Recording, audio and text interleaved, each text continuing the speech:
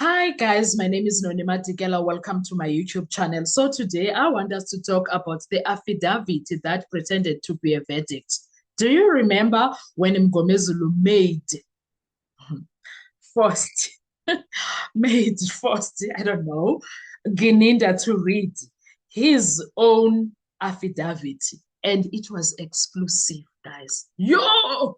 It was exclusive. Let's talk about that. Before we do that, guys, please make sure you do not forget to like, to share, to comment. And most importantly, please make sure that you are subscribed on the channel. Please make sure you are watching the videos up until the end and you are watching the ads that are coming through. When you are doing that, you will be supporting this channel financially and in numbers. Thank you so much. You are very much appreciated. Now, let's get into this. Every miscarriage of justice begins the same way. Not with proof, not with evidence, but with confidence. Confidence that no one will stop you. Confidence that headlines will do the court's job for you. Confidence that allegations, once spoken loudly enough, will start sounding like facts. So that day when Gininda was forced or made to read his own affidavit by Advocate Mgomezulu, the state crossed that line. They did, because what South Africa was told was a verdict was nothing more than an opinion dressed up as evidence. No. Gininda was like, Sila, last call. Sila, and this is what we are going to do. This is how we are supposed to move with these 5 men and Kelly Khumalo. That is what he was doing. The court did not find that Kelly Khumalo ordered a hit. The court heard an affidavit written by Brigadier Bongani Gininda, read during a trial within a trial, where no guilt can be determined. This was not a judgment, by the way. This was a theory under oath, and the law does not protect theories. Now let's talk about allegation 1. Cell phone linkages prove a hit, according to Gininda. Gininda says cell phone linkages connects Kelly Khumalo to accused number 3 and 5. Sounds powerful, right? Until the law steps in. Someone tell him there is law. He said he was studying for a law degree, but okay. Case law that kills this claim. 1, State versus Sheikh 2008. Association and communication do not equal conspiracy to murder or anything. Association and communication do not equal conspiracy. That is what the Don says. But I'm saying it does not equal to crime. Okay? State versus Ndlovu 2002. Mere contact or communication is not proof of participation in a crime. State versus Mtsweni in 1985, the year I was born, 13th December. Inference must be the only reasonable one, not merely a possible one. Tell that to Gininda, please. Tell that to Gininda, because what is this?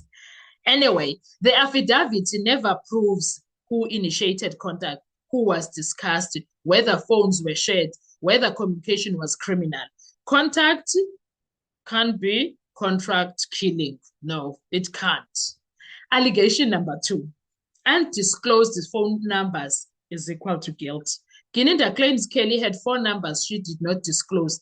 That is administrative silence, not murder. It can't be murder. Case law response, State versus Busek, 2001. Silence or omission cannot be elevated to proof of criminal intent. State versus Thebas, 2003. An adverse inference may not be drawn unless the inference is unavoidable. There is no legal duty to disclose every number. There is no proof she controlled. There is no proof she controlled or used them.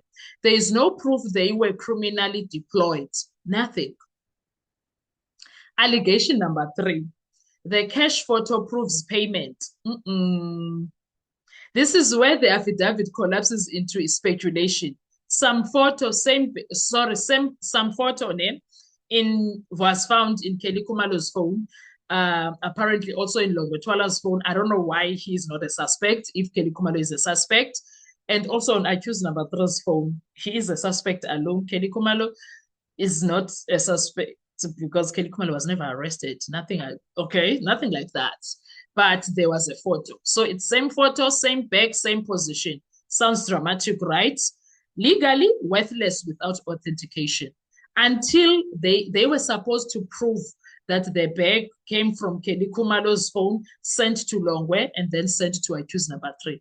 They can't say Kelly Khumalo sent that picture as proof of payment. No, they can't. Never. They can't. They honestly can't. And then case law response on that, State versus Ram Forbin in 1986.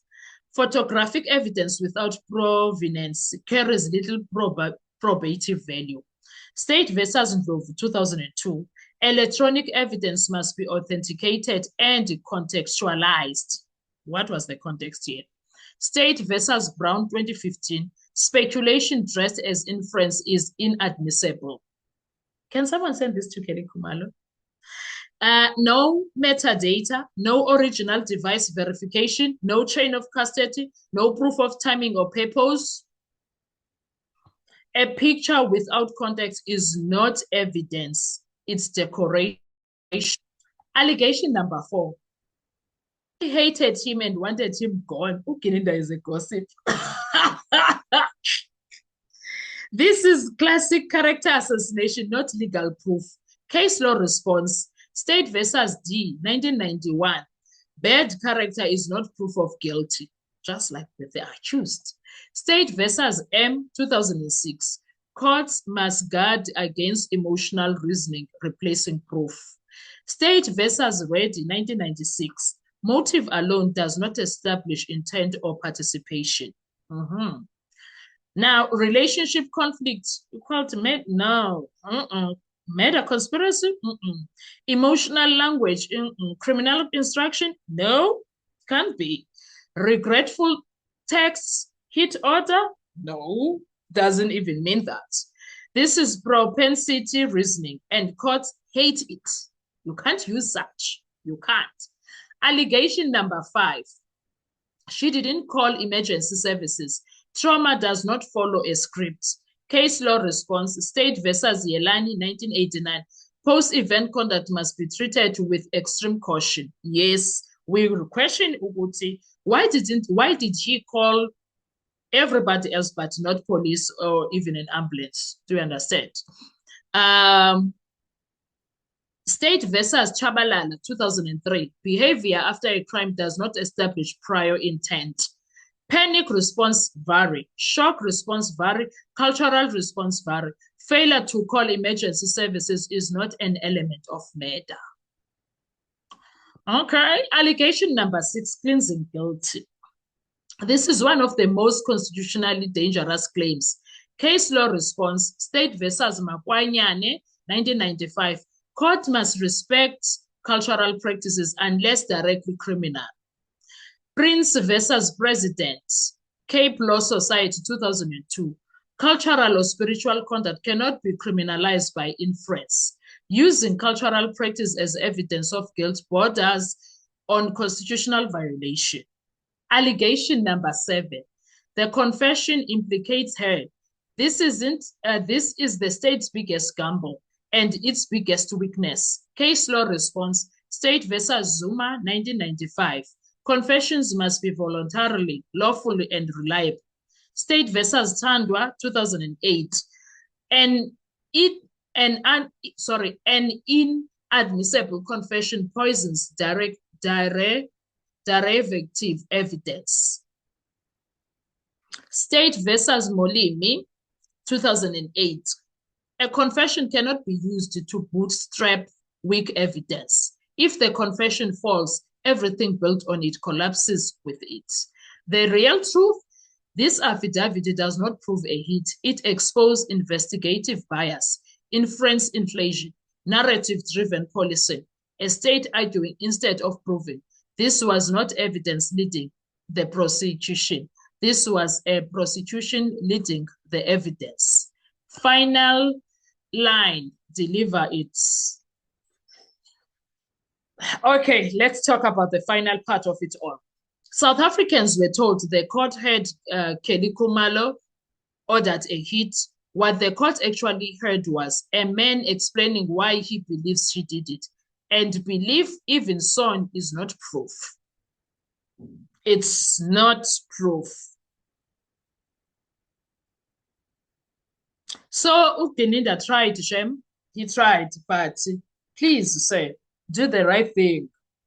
Guys, we are coming back with more videos when it comes to the Senzo Meyiwa case. We are busy revisiting the past and we are focusing on things that happened previously in the court of Judge Rata, and we are analyzing all of that. So that is why we are doing this. Thank you so much. Please make sure you don't forget to like, to share, to comment, and most importantly, please make sure you are subscribed.